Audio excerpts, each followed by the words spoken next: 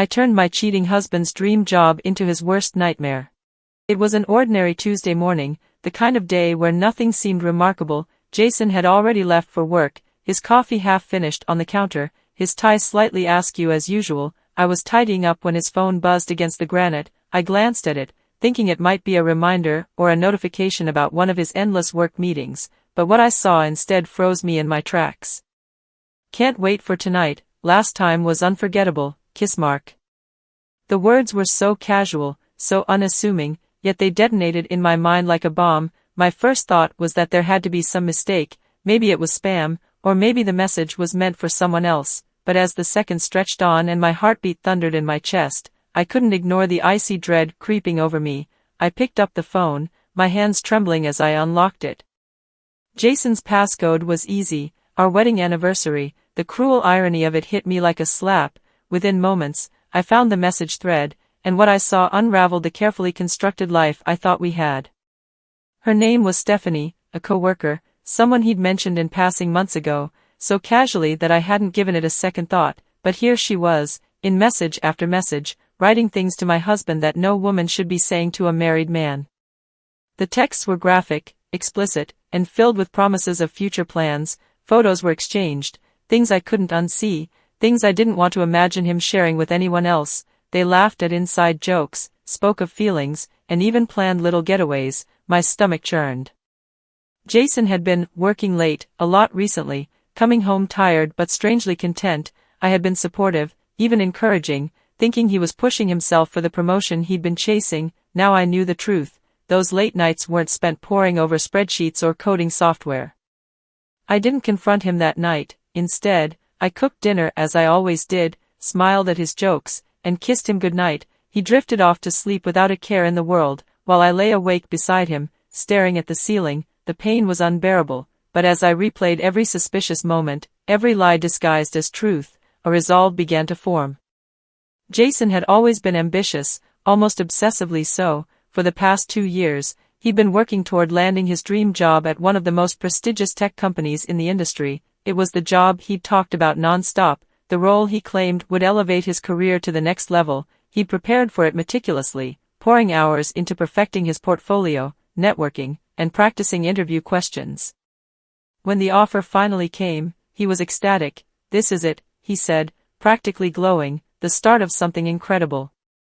I smiled at him, even kissed him on the cheek. "You deserve it," I said softly. Inside, my thoughts were far from kind. Jason's career had always been the thing he cared about most, even more than our marriage. If he wanted it so badly, I would let him have it, only to tear it all away. The first thing I did was hire a private investigator. If I was going to destroy Jason, I needed proof, unshakable, undeniable evidence of his betrayal. Within days, the investigator provided me with a treasure trove of material. There were photos of Jason and Stephanie meeting at hotels, timestamps confirming their trysts coincided with his so-called late nights, and receipts for dinners he'd charged to our shared credit card. While the investigator did his work, I turned my attention to Jason's digital life. He had always been a little careless with his passwords, relying on the same combinations for everything. It didn't take long to access his email, LinkedIn, and even his cloud storage. What I found was as damning as it was enraging. There were emails to Stephanie, drafts of love letters he'd never sent, and more photos. I also discovered something unexpected. Jason's resume was a carefully constructed web of half-truths and outright lies. He'd inflated his accomplishments, taken credit for projects that weren't his, and even added positions he'd never held. I knew this was going to be a key part of my plan. Phase 1 began with an anonymous email to Jason's soon-to-be employer. Using a burner account, I posed as a concerned colleague and provided them with evidence of Jason's affair. I framed it as a potential HR liability, emphasizing how his unethical behavior could damage the company's reputation. But that was just the beginning. I sent a second email, this time highlighting discrepancies in his resume and professional portfolio. I included enough verifiable details to ensure they'd investigate further. Meanwhile, I set my sights on Stephanie, creating a fake LinkedIn profile. I posed as a recruiter offering her a dream position at a rival company. Stephanie, ambitious and naive, fell for it without hesitation. She resigned from her job, leaving Jason without his partner in crime, just days before starting his new role. Jason started his dream job on a Monday, completely oblivious to the chaos I'd set in motion. By Wednesday, he mentioned a meeting with HR, his tone unusually tense. By Friday, he came home furious. "They think I lied on my resume," he said, pacing the living room. "That's ridiculous," I replied, feigning outrage. But it wasn't ridiculous, and Jason knew it. The investigation into his credentials escalated quickly, and by the following week, he was terminated. Losing the job wasn't just a professional blow, it also meant losing the visa sponsorship tied to the position. Within a month, Jason was forced to pack up his life and move back in with his parents. Still, I wasn't done. Using his social media accounts, I crafted a heartfelt confession, detailing his affair and apologizing for the pain he'd caused. I attached screenshots of his messages with Stephanie, ensuring that everyone, from his family to his professional network, knew the truth. The fallout was immediate and brutal. Friends unfollowed him, family members expressed their disappointment, and former colleagues distanced themselves. His reputation was in shambles. As for me, I filed for divorce, moved out of our house, and started a new chapter. With half of Jason's savings in my account and no more dead weight holding me back, I finally felt free. Jason had built his life on lies and deceit. All I did was pull the thread that unraveled it. Sometimes, karma needs a little help, and I was more than happy to provide it. Jason's descent into ruin should have felt like closure, but as the days passed, I realized it wasn't enough. The years I had invested, the sacrifices I'd made, the emotional wounds he inflicted, they couldn't be fully repaid by his professional downfall alone. I wanted him to understand the weight of what he had done. More importantly, I wanted to ensure he couldn't claw his way back to a life of comfort and success while I was left to rebuild from the ashes of our marriage. So, I began phase 2. After Jason moved back to his parents' house, he tried to play the victim. His parents were sympathetic, of course, and I knew from mutual friends that he was spinning a narrative about being wrongfully terminated. Office politics, he told them. Jealous coworkers sabotaged me. His mother even reached out to me, her voice dripping with pity. "Sweetheart, Jason's been going through such a hard time. I know things didn't work out between you two, but maybe you could talk to him? Help him find his footing again?" I bit my tongue. The audacity of it was almost laughable. Jason was a grown man who had betrayed me, yet somehow, I was expected to help him. I politely declined, assuring her that I wished him well but needed to move on with my life. What I didn't tell her was that I had already started dismantling the little support network he had left. Jason's parents were kind, well-meaning people, but they were also fiercely proud. Their son's reputation mattered to them, and they valued their social standing in their small community. Using a new burner account, I sent an anonymous email to his father, attaching the same damning screenshots and evidence I'd shared with his employer. The email was framed as a concerned friend who thought they deserved to know the truth. The fallout was immediate. Jason's parents confronted him, demanding answers. From what I heard through the grapevine, the conversation was explosive. His father, a traditionalist who valued loyalty and integrity above all else, was especially furious. Jason tried to deny everything at first, but the evidence was irrefutable. He said it was a misunderstanding, a mutual acquaintance told me later, but his dad didn't buy it. He called him a disgrace and said he needed to take responsibility for his actions. With his parents' support waning, Jason turned to his friends. Unfortunately for him, I had already preempted that move. Using his own social media accounts, I messaged several of his closest friends, pretending to be Jason himself. "Hey, I need to come clean about something," I wrote. "I've made some huge mistakes, and I don't expect forgiveness, but I need to be honest. I cheated on me with someone at work. It cost me my marriage and my job." The responses ranged from shock to outright condemnation. Some friends blocked him immediately, while others offered half-hearted platitudes before distancing themselves. By the time Jason realized what had happened, it was too late. But the piece de resistance came when I reached out to Stephanie. She had been silent since leaving her job, likely trying to avoid the drama, but I wasn't going to let her fade into the background unscathed. Using yet another fake profile, I contacted her under the guise of a reporter writing an exposé on workplace affairs. I played on her ego, framing her as the victim of corporate politics and a misunderstood woman caught in a love story gone wrong. Stephanie, ever eager for attention, fell for it. She agreed to an interview and spilled everything: her relationship with Jason, their plans for the future, even the details of their rendezvous. Armed with this new information, I wrote an anonymous letter to her new employer, detailing her affair with Jason and including quotes from our interview. I painted her as unprofessional and a potential liability. Within weeks, Stephanie was let go, her promising career derailed. Meanwhile, Jason tried to rebuild his life. He applied for jobs in the tech industry, but my carefully planted seeds ensured that his name was already tainted. The tech world is smaller than people think, and rumors travel fast. Every time he got close to an offer, a concerned individual would reach out to the hiring manager with evidence of his dishonesty. Desperate, he turned to freelance work, but even there, I had him cornered. I created fake profiles on popular platforms, posting negative reviews of his services and accusing him of unprofessional behavior. Clients dropped him like a hot potato. Months passed, and Jason was a shell of the man he used to be. His confidence was shattered, his network was gone, and his career was in ruins. He tried reaching out to me once, sending a long, rambling email filled with apologies and excuses. "I made mistakes," he wrote, "but I never stopped loving you. Can we talk? I just want to make things right."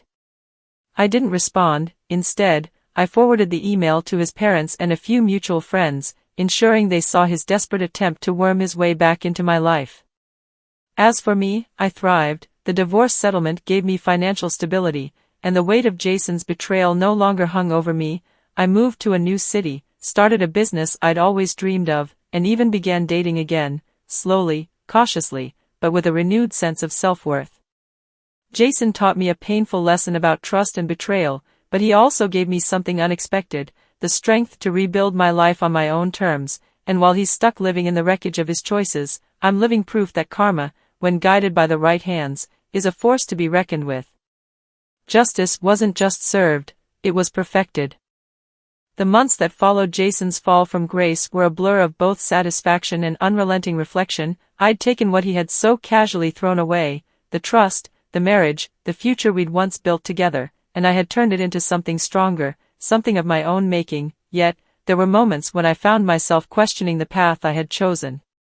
Despite the chaos Jason had caused, I had always believed in the sanctity of marriage, in the vows we took.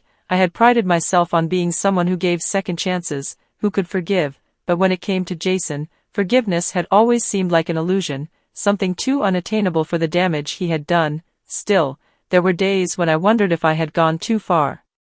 What kept me going, however, was the fact that Jason never once admitted the gravity of his actions. His pride, his constant need to justify himself, was a constant reminder that he would never truly own up to what he had done. His apologies had been hollow, merely an attempt to regain some semblance of control. What he failed to realize was that, in my eyes, he had lost control the moment he made the decision to betray me.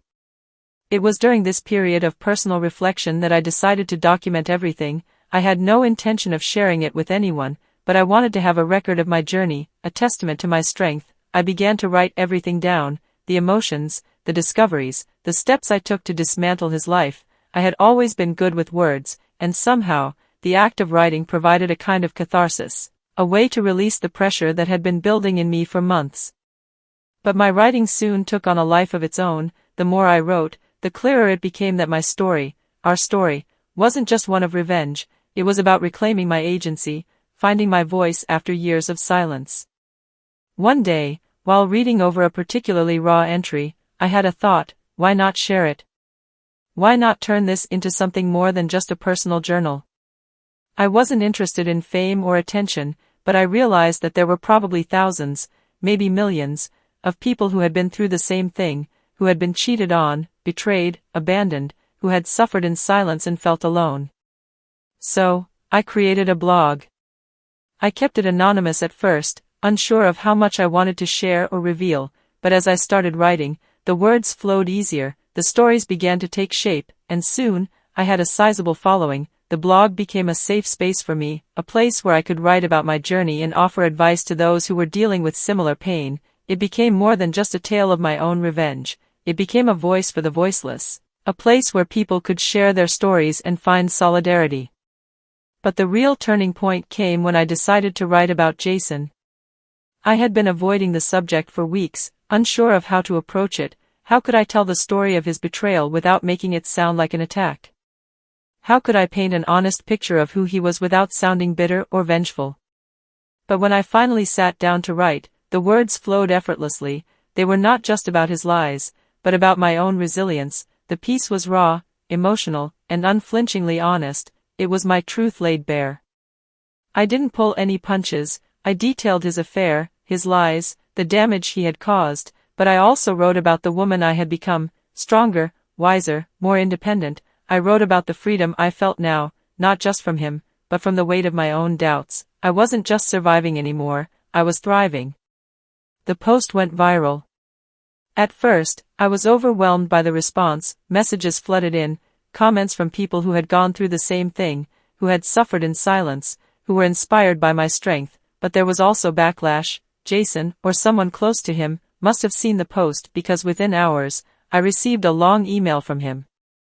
"I don't know what you're trying to achieve with this," he wrote. "You're destroying my life. I'm trying to rebuild, but you're dragging me down every chance you get. Do you get some sick satisfaction from this?" The email was a mixture of anger, guilt, and frustration. There was no apology, no admission of wrongdoing. He didn't want to take responsibility for the havoc he'd caused. Instead, he wanted me to stop speaking the truth. He wanted me to erase everything that had happened, to forget, but I knew that was never going to happen. I didn't respond. I didn't need to. Jason's reaction only fueled my resolve. I didn't want him back. I didn't want anything from him, not even his apologies. What I wanted was closure, not in the sense of forgiving him, but in the sense of knowing that I was finally free. But the more I wrote, the more I realized that I had taken things further than just a personal vendetta. I had become a symbol for other people going through the same kind of betrayal. My story was no longer just mine. It was a reflection of what so many others had experienced. The blog turned into a movement, a community. I started receiving messages from people who had taken the steps to leave their own toxic relationships, to finally stand up for themselves. For the first time, I didn't feel like I was fighting this battle alone. There were people out there who understood me, who had been where I was, who had struggled with the same pain, and together, we formed something powerful. Meanwhile, Jason's life continued to spiral. He tried to find work, but his tarnished reputation followed him wherever he went. The tech world, once so promising, had no place for a man with a history of dishonesty. His parents, while still supportive, could only do so much. They were proud people, but they weren't blind. Even they had started to realize that Jason's downfall wasn't just about bad luck or corporate politics. It was about his own choices, his own selfishness.